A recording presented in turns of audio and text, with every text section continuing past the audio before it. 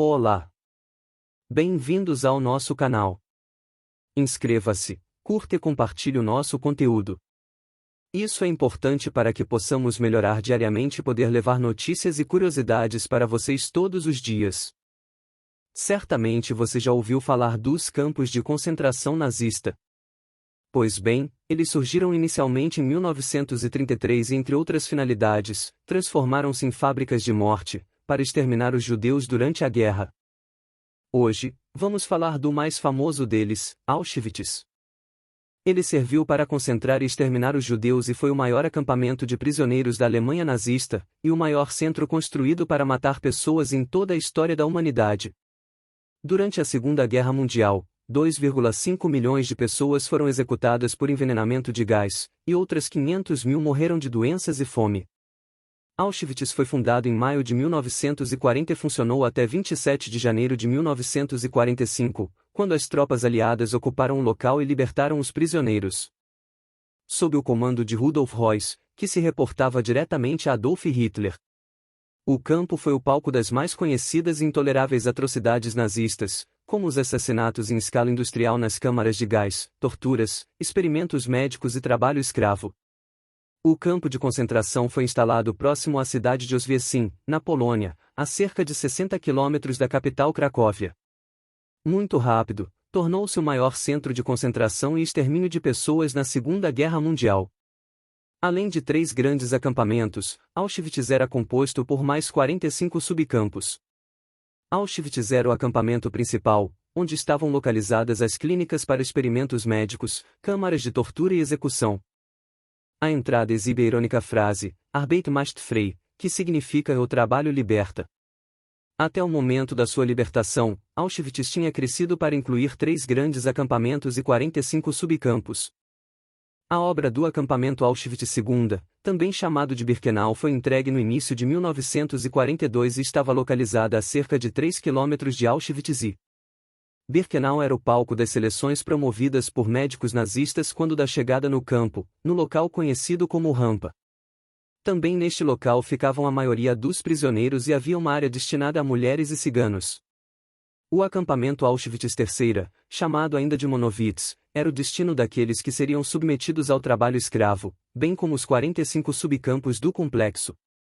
O transporte dos prisioneiros até Auschwitz ocorria em trens de carga de gado. A massa de presos era formada por judeus, ciganos, homossexuais e outros desafetos do regime nazista. À chegada, eram saqueados. Seus bens permaneciam nos vagões e integravam uma fila onde seriam separados entre aptos ou não ao trabalho por médicos nazistas. Em geral, mulheres grávidas, crianças, deficientes e idosos eram enviados diretamente à câmara de gás. Os demais seriam conduzidos ao trabalho forçado ou às temíveis experiências médicas. Cada uma das 4 câmaras de extermínio de Auschwitz tinha capacidade para executar 2.000 pessoas.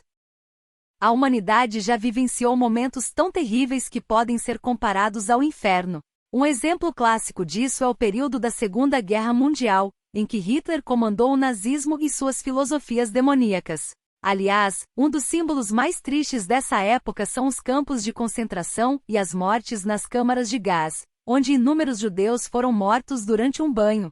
Os selecionados eram submetidos a um gás terrível e letal, chamado Zyklon B, que a princípio, era um pesticida, usado principalmente para eliminar piolhos e insetos dos presos. Mas não demorou muito até que os nazistas descobrissem o potencial matador do Zyklon B. Os testes com o gás letal nas câmaras de gás foram iniciados em setembro de 1941. Logo de cara foram mortos 600 prisioneiros de guerra e 250 doentes. Para se tornar mortal, o produto era colocado em compartimentos de metal, para ser aquecido e gerar vapor. Todo o processo de execução durava em torno de 30 minutos de queima. Depois disso, os exaustores sugavam o gás das câmaras de gás para que os corpos fossem retirados, sem cheiro que denunciasse sua presença. O Zyklon B foi o verdadeiro vilão das câmaras de gás nazistas e o verdadeiro responsável por colocar em prática o desejo de Hitler de um genocídio rápido e eficiente, para limpar as raças e impedir que os judeus continuassem se reproduzindo.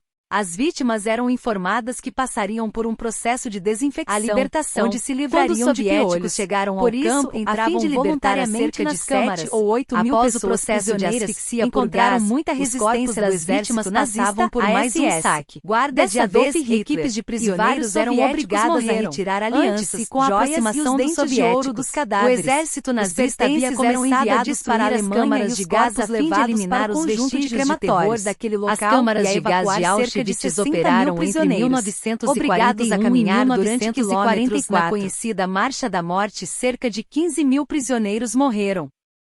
A libertação.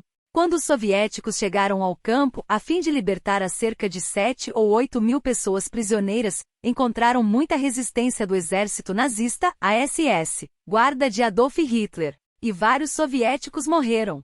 Antes e com a aproximação dos soviéticos, o exército nazista havia começado a destruir as câmaras de gás a fim de eliminar os vestígios de terror daquele local e a evacuar cerca de 60 mil prisioneiros. Obrigados a caminhar durante quilômetros na conhecida Marcha da Morte, cerca de 15 mil prisioneiros morreram.